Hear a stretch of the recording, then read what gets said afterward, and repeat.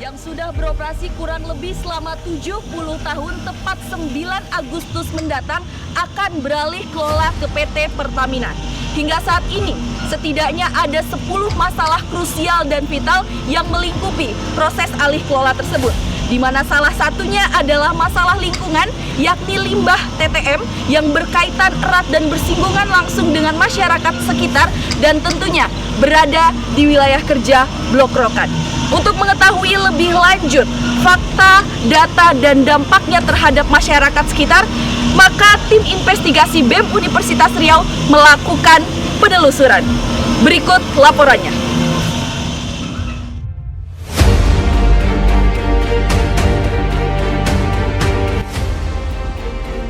Setidaknya sumur minyak dan pipa-pipa tersebut sudah menghasilkan dan mengalirkan hampir 12 miliar barel minyak sejak awal beroperasi hingga sekarang ini. Namun pertanyaan besarnya adalah, apakah sumur dan pipa-pipa tersebut sudah menghasilkan dan mengalirkan kesejahteraan untuk masyarakat Riau, khususnya masyarakat sekitar wilayah kerja Blok Rokan?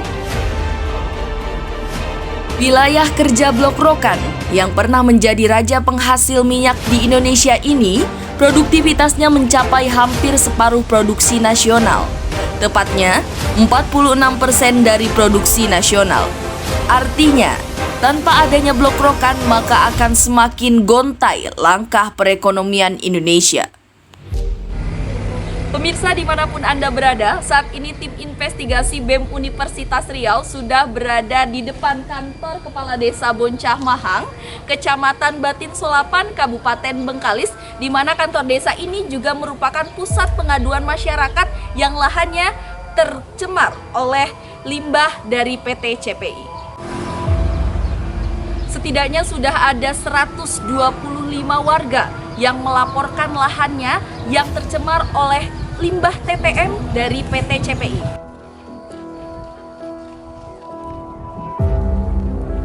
Apalah artinya sumbangsih 46% produksi nasional jika ternyata masyarakat sekitar tidak merasakan manisnya, namun justru sebaliknya, malah malapetaka rusaknya ekosistem dan lingkungan sekitar akibat limbah yang tidak dikelola sebagaimana mestinya. Setelah menempuh perjalanan yang cukup panjang, akhirnya kita sudah sampai di lokasi atau di lahan milik warga yang tercemar limbah TTM dari PT CPI.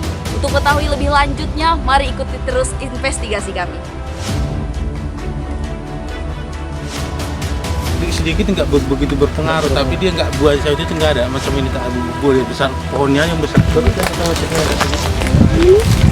Jadi kalau ini udah dilakukan delinasi di sini, banyak limbah di sini deh.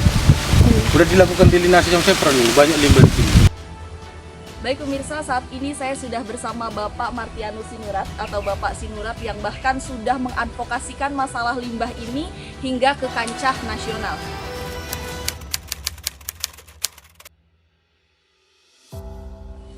Kalau luas yang pasti kita tidak tahu, tapi lahan saya yang terkontaminasi limbah hampir lebih 10 hektar.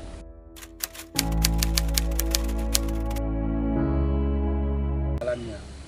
Jadi kebetulan karena kita berdiri di pinggir sungai Sibangar ini dan menurut Sepron ini adalah kanalnya, sumber limbah itu sebenarnya dari sungai ini, dari kanal ini. Dan yang paling banyak ditemukan limbah itu adalah di alur-alur anak sungai yang rawa-rawa seperti yang kita lihat tadi. Yang sebelah sana itu. Jadi artinya kita minta kepada Sepron bahwa ini harus dipulihkan dan pemerintah juga harus tegas memberikan sanksi kepada Sepron karena ini adalah sebuah pelanggaran. Ya? Dan penemuan limbah ini sudah kita temukan sejak tahun 2014. Pak Martinus Sinurat pun memaparkan bahwa sejak 2014 hingga sekarang, luas lahannya yang sudah dipulihkan hanya seluas 5 hektar dari jumlah miliknya yang mencapai 10 hektar. Begitupun lahan milik warga lainnya yang berada di bantaran Sungai Sibangar, belum semua mendapatkan program delinasi dari Sepron. Hanya seluas 12-16 hektar lahan yang sudah dipulihkan oleh pihak Sepron. Oke, baik pemirsa, saat ini kita sudah langsung melihat, mungkin bisa teman-teman lihat Ini adalah salah satu contoh limbah yang sudah berada selama bertahun-tahun di tanah milik atau di lahan milik masyarakat.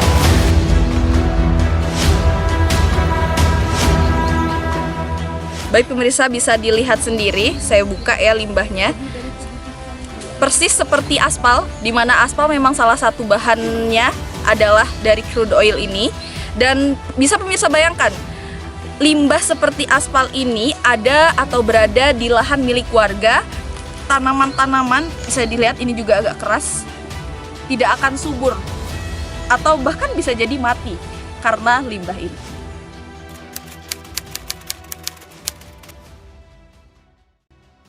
Di sebelah kiri saya ini adalah rawa. Rawa ini sebenarnya ini mata aliran sungai. Di sepanjang rawa ini penuh dengan limbah cair. Kita mengatakan begitu karena memang kita amati dan kita lihat dan kita periksa. Pada saat Chevron melakukan delinasi atau PNP di sini, mereka mencek bahwa kedalaman limbah di sini sekitar 2 meter 70 cm. Jadi artinya bahwa di sini adalah tanah ini semua sudah penuh dengan TTM. Kita lihat soto sawit ini tidak bisa berkembang, padahal penanamannya itu 2008. 2008 Iya, masih sekecil ini. Ya, tidak bisa berkembang karena memang di bawah ada limbah. Jadi mengenai pertanggungjawaban Chevron sebenarnya dia bertanggung jawab, tapi dia menunggu izin dari dinas terkait, dalam hari ini SKK Migas dan KLH. Karena kalau tidak ada persetujuan dari Kementerian Lingkungan Hidup dan SKK Migas, biaya untuk pemulihan itu tidak ada. Kendalanya di situ Chevron mengerjakan, karena bagi Chevron proyek TTM ini adalah sebuah proyek. Karena kedua, masalah kenapa Chevron tidak bisa lancar melakukan pembebasan atau misalnya mengerjakan, karena memang ganti rugi yang ditawarkan kepada masyarakat itu terlalu rendah. Value yang didapatkan masyarakat itu terlalu rendah. Misalnya, berapa, Pak? Jadi Chevron melakukan kajian KJPP, ada konsultan. Mereka tidak memakai aturan. Di sini tidak mereka bayar kerugian lingkungan, mereka hanya bayar kerugian yang dialami masyarakat aja. Misalnya seperti 1 hektar begini, Chevron ganti misalnya dengan nilai 100 juta. Padahal sebenarnya kan dari 100 juta itu kalau ini ditumbang, ada 10 tahun berikutnya baru bisa menghasilkan lagi, menunggu. Jadi sebenarnya keterlambatan itu adalah mengenai ganti rugi yang dilakukan oleh Chevron yang tidak sebanding dengan kerugian masyarakat. Itu sebenarnya PR yang harus dirumuskan oleh pemerintah. Menarik sekali ya pemirsa, yang mengotori atau yang mencemari tanah ini, tanah milik warga, tepatnya warga Riau dan Indonesia ini adalah Chevron. Tapi yang harus merecovery, yang harus membiayai semua perbaikan atas pencemaran ini juga menggunakan uang yang berasal dari negara ya.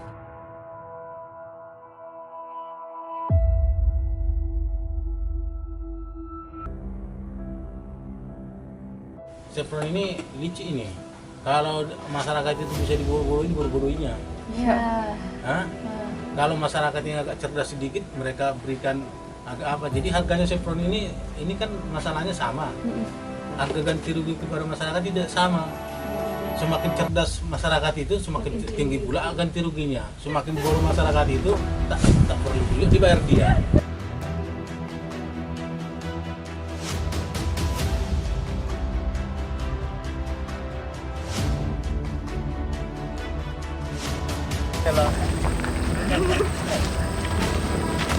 Gimana perjalanan kita hari ini Pak Meninduk? Ya, kita dari tim investigasi Badan Eksekutif Mahasiswa Universitas Riau menemukan banyak sekali fakta-fakta mengejutkan di lapangan. Banyak sekali lahan-lahan masyarakat yang tercemar oleh limbah B3 PT CPI.